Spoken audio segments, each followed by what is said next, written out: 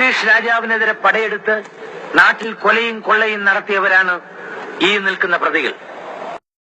ഹിന്ദുക്കളെ നിർബന്ധിച്ച് മതം മാറ്റുകയും വഴങ്ങാത്തവരെ കൂട്ടക്കൊല നടത്തുകയും ചെയ്ത പ്രതികൾക്ക് ഈ പട്ടാള കോടതിക്ക് നൽകാൻ കഴിയുന്ന ഏറ്റവും വലിയ ശിക്ഷ തന്നെ വിധിക്കുകയാണ്.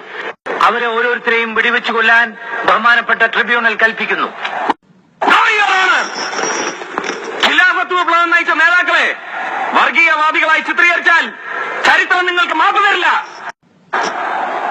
ഹിന്ദുവിനെയും മുസൽമാനെയും തമ്മിലടുപ്പിച്ച് വിഭജിച്ച് ഭരിക്കാനുള്ള ബ്രിട്ടീഷ് തന്ത്രമായ ജനങ്ങൾ ഇതിനെ കാണൂ. സത്യവിരുദ്ധമായ കുറ്റവിചാരണയിലൂടെ ഈ മിലിറ്ററി ട്രിബ്യൂണൽ ഇവിടെ നടത്തിയിരിക്കുന്നത് വെറുമൊരു പ്രഹസനമാണ്. Stop it. No, you cannot stop me. As an accused, it is my right and privilege to defend myself and to prove my innocence. ഇറച്ചിക്കറിക്കണ കന്നാലേക്ക് പോലും കൗത്തി കത്തിവെക്കുന്നതിന് മുമ്പ് അന്നാക്കാരെ കയറ്റി വെള്ളം കൊടുക്കും. ഞങ്ങൾക്ക് വേണ്ടത് ആ കുടിവെള്ളമല്ല. ഈരങ്കിന്റെ മുമ്പിൽ നിന്നുകൊണ്ട് ഞങ്ങൾക്ക് അവസാനമായിട്ട് പറയാനുള്ളത് കേൾക്കാൻ ഈ പട്ടാള കോടതി കഴിവുണ്ടോന്നാണ്. ചെയ്ത കുറ്റം മറയ്ക്കാനാണെങ്കിൽ മെനക്കെടണ്ട. എന്ത് കുറ്റം?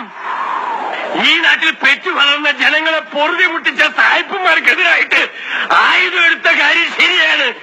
ഈ നാട്ടുകാരെ വെള്ളക്കാരൻ ഒറ്റിക്കൊടുത്ത ചില നാട്ടുകാരെ കൊന്ന കാര്യവും നമ്മൾ മറക്കലില്ല. പക്ഷെങ്കിൽ ഇവിടെ വായിച്ചു കേട്ട കുറ്റപത്രത്തിൽ പറഞ്ഞ കേൾക്ക് ഹിന്ദുക്കളെ കൂട്ടക്കൊല ചെയ്യാനും ഓരെ കൊള്ളയടിക്കാനും ഈ ഖിലാഫത്തുകാർ പോയിട്ടില്ല. ഹിന്ദുക്കളെ കൊന്നിട്ടില്ലെന്നാണോ? ഉണ്ട്. വിവരം കേട്ട തെമ്മാടികളും കൊള്ളക്കാരും ഹിന്ദുക്കളെ കൊന്നിട്ടുണ്ട്. ബ്രിട്ടീഷുകാരോട് ഏറ്റുമുട്ടി മയ്യത്തായ മാപ്പിളമാരെക്കാൾ എണ്ണത്തിൽ കൂടുതൽ ഹിന്ദുക്കൾ മരിച്ചിട്ടുണ്ടാവും. തീവണ്ടിക്കുള്ളിൽ ശ്വാസം മുട്ടി പ്രാണമുറുക്കിയവരെക്കാൾ കൂടുതൽ ശവം തൂവരക്കണക്കിന് ചത്തിമർത്തിട്ടുണ്ടാവും.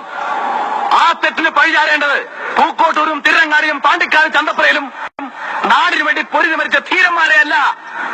ആ കുറ്റത്തിന് തൂക്കിലിടേണ്ടത് ആലി മുസ്ലിയാരെ അല്ല. വെടിവെക്കേണ്ടത് ഈ നിൽക്കുന്ന വാരിയാൻകുന്നത്ത് കുഞ്ഞമ്മരാജിയല്ല. ആ തെറ്റിന് ശിക്ഷിക്കേണ്ടത് ഹിന്ദുവിനെയും മുസൽമാനെയും അല്ല.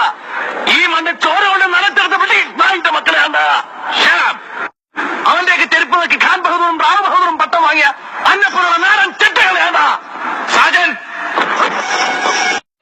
ഇനി വാരിയംകുന്നത്തിന് അവസാനമായി വല്ലതും പറയാനുണ്ടോ? പൊന്നേമ്മണ്ട്. ഇങ്ങനെ പട്ടാളക്കാര് നമ്മളെ പിടിച്ചപ്പോ നമ്മുടെ താടിമീശയിലുള്ള ഒരുപാട് രോമങ്ങളായിട്ട് ഞങ്ങൾ പറിച്ചെടുത്തേക്കണം.